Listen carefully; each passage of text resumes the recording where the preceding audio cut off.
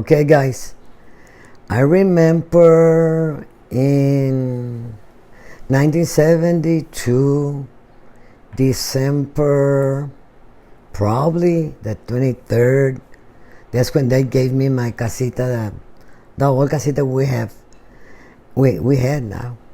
And then, before you knew it, I didn't have a water pump. I didn't have no water inside the house. And the faucet will keep on coming on. Water was running. And I would get up because I knew I didn't have water inside.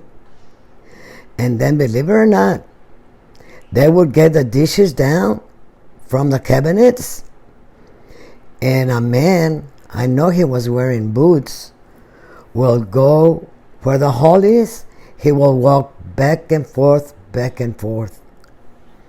And the last thing I remember is where Danny was sleeping in that room, in the closet, we could hear somebody breathing so heavily. So your tia Anita and I, we got up and we checked. We opened the door from the closet. Nobody was there. But this house has been spooky. Not a living room in the kitchen no more, but the other ones, yes. I had big trouble in that house. And the thing I can remember about Lupe doing to his brothers and sisters, they were running outside and they were screaming. So I went out. Guys, before I knew it, I saw all my kids running. And stupid Lupe will tell them, run, I'm evil, I'm gonna get you. Then I had to scream at Lupe and say, hey, stop it, you're scaring them. And then, and the last thing, he went to go scare poor Toto on the window. He said, pinche huerco cabrón, me asustaste. And that's about it. Thank you. Okay, so my story is this one night on Halloween, Ram, myself, our cousin Omar, and Fern, and our dog Whitey crossed the ditch, walked over that pipe by Tianita's house, walked into that field heading towards the monte, and we're sitting down. The field had just been plowed, and Whitey starts acting all weird and like growling. His fur and his back goes up, and we're kind of freaking out. We're like, "Oh shoot, somebody's here! Or somebody's coming!" And so we stand up, and then we start hearing like footsteps. So once we start hearing those footsteps, we all look at each other like, "Oh man, we have to get out of here." So we all start running into that field, and of course, Ram sprints out in front of everybody. Whitey's hauling ass in the field. Our cousin Omar's carrying a machete, and we're running in this field, and there's a bunch of big, like, rocks or whatever, and our cousin Omar falls down. And of course, he's like yelling, help me, help me. So I stop and I pick him up, and we start hauling ass back towards the ditch to cross the pipe. Well, we get there and we are able to cross, and the Anita comes out and she's like, what's going on? And we're like, we think we're just chased by somebody in the field. She's like telling us, pues qué chingados andan haciendo allá? Like, what are you guys doing over there? And we asked her, we're like, hey, is Felipe home? Or like, maybe it was him like trying to scare us. And she's like, no, Felipe left like hours ago. So we look at each other and we're like, oh shit, I think we're chased by something, but we don't know what it was. And it was a pretty freaky experience. After that, we got home and we're hanging out on the porch talking about it, but that's it. Okay, guys, I only have one spooky story. As you know, my house is owned by a couple called the Jensens. Mrs. Jensen died of a sudden death on the second floor of my house. She was found by the teachers of her school when they came to look for her when she didn't show up at school. Well, one night I was asleep upstairs, right? in my bedroom. And something grabbed my ankles, pulled me out of my bed. I fell on the floor, started dragging me out of my bedroom onto the landing where Mrs. Jensen had died. Couldn't see what it was. As it's pulling me out to the exact place that she died, I heard this horrible bark, bark, bark. And I looked behind me, and there's Kooky growling and barking at this invisible force pulling me. And bam, I woke up in my bed. I looked to the left, down below me, and there was Kooky just staring. All right, so I've lived a lot of scary experiences in my life. But I think the one that still stands out the most happened about 20 years ago when we were living in Brownsville and I was working at the university. The University of Texas at Brownsville shared a campus with Texas Southmost College, and Texas Southmost College owned some of the most historic buildings in Brownsville. They were on the grounds of an old fort, an old military fort called Fort Brown.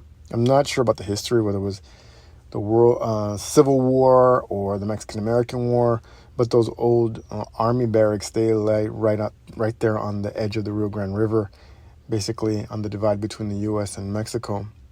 So obviously there was a lot of history there and supposedly a lot of ghost stories. At the time, I was really interested in the supernatural and watching horror movies, and my ex Eli and I were always watching this kind of stuff. Well, I don't know if it was around Halloween. There were a couple of guys. One was an Army veteran, and the other guy, I'm not so sure, just some rando who was into the paranormal. Well, they were organizing weekend ghost tours on campus in that area of the university at Texas Southmost College. So in the beginning, the ghost tours were pretty small, but then they ballooned very quickly because people were hearing about all of the activity. Some people were, experiencing, they were hearing like these voices. Other people had seen stuff. There were, these stories were of like people would see a soldier maybe by the tennis courts. There was an old morgue there where people said they would see scenes.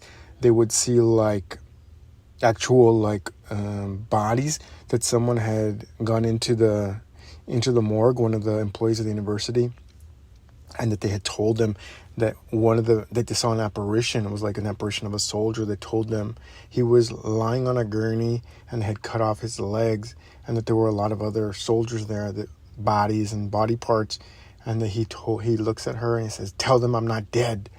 So it was a lot of scary stuff going on. We went one night, and it was an experience I'll never forget because the groups had ballooned to such massive numbers that these guys had to split up into two. We went with the Army veteran. We had gone around. The other group, we'd heard a scream from the group. They said they had captured a disembodied voice. They would have these like back and forth sessions. Our guy, what he would do, he had these like divining rods. Basically, they were like car antenna. They would turn in circles when they would detect like an energy, and then he would start asking questions, and we would see what happens. Anyways, we hadn't found anything at the actual at the Fort Brown, so we went walking to in this area that was a little bit farther away, more near the border, and there was a house there. So he started to pick up something. It was kind of boring, honestly. And then he starts to say something like the divining rod started to go, he started to turn, people started to ask questions. And then all of a sudden everybody says, "Look at the house." We looked at this old house, and on the wall, it was like these shadows, and we thought, oh, it's just the tree shadows.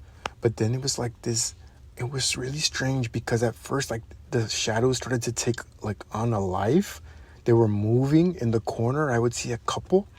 There was clearly a man and a woman, kissing each other, kind of like at a party, just kind of nuzzling and kissing at a party. And then I saw people dancing, and I saw these children, their shadows. I'm getting chills just talking about it. Their shadows went from really small to big, they were running at us. But it was we were seeing the house, the side of the house was like a projection screen. And there was this scene from the past just being replayed in front of our eyes. It was really, really scary and beautiful. It was just I don't know, we were witnessing something that most people don't witness. People were starting to scream, and it was getting really, really intense. I didn't know what was happening. I felt like I was having, I don't know. I didn't know what kind of experience it was. And then somebody decides to wave at the men. It was this basically a fiesta, a quinceañera happening. Somebody waves at the man, one of the men on the house, like one of the shadows, and then they wave back. They waved back at us, and everybody screamed, and we ran. We headed for the hills.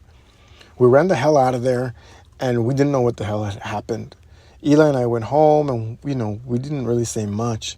But the next morning, his father, who was a pastor, who lived far away from us, about an hour and a half, he calls him and says, son, you're playing with things that you shouldn't be playing with. And we never went back again. So, yeah, that was very interesting. I don't do those things anymore. When I worked at one of the hospitals many years ago, there was a doctor that I was working for. Her name was Dr. Borland. Everybody did not like working with her because she was like a bulldog. She wanted everything the way she wanted it, and she was not afraid of anything until one night there was a traumatic experience she had. She was down at one of the new wings of the hospital that had a brand new elevator, and she pushed the button for the elevator door to open. As soon as it opened, a figure was inside of the elevator, burning and screaming alive, asking for her and reaching out for her. She got so scared, she started running down the hallway. And in this hallway, you can see from the outside, there's just window after window after window. And she was just screaming her head off and running as fast as she can to get to where she was going, to get to help, because nobody was with her. When she finally found somebody, they went over to the elevator, and there was nothing there. She had experienced a supernatural event, as what they told her, and that nothing around signified anything she was talking about.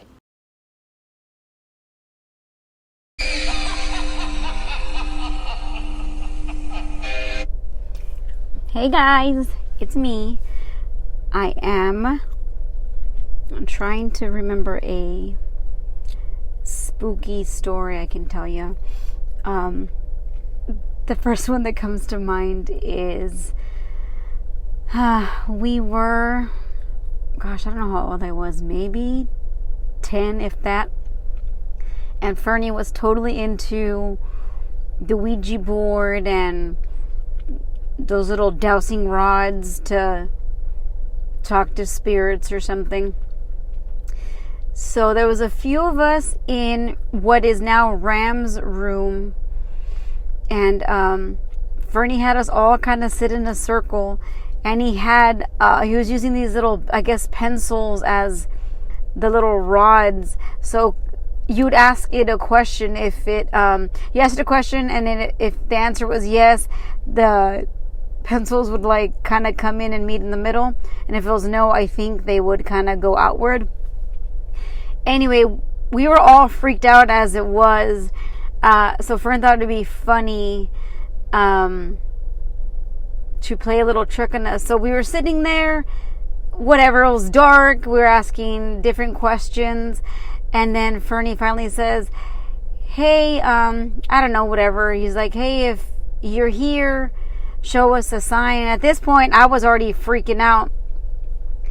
So after he says that, this tiny, child-sized chair freaking goes flying up in the air, and we book it out of the room. And Fern was just cracking up, and I was like, what the hell? Well, turns out Fernie tied a little fishing string to it, to one of the legs, and he was holding on to it. So when he asked, for the ghost to give us a sign, fucking Fernie pulled the string, and the chair went flying. So I always remember that, freaking Fernie. I love you guys. Happy Halloween.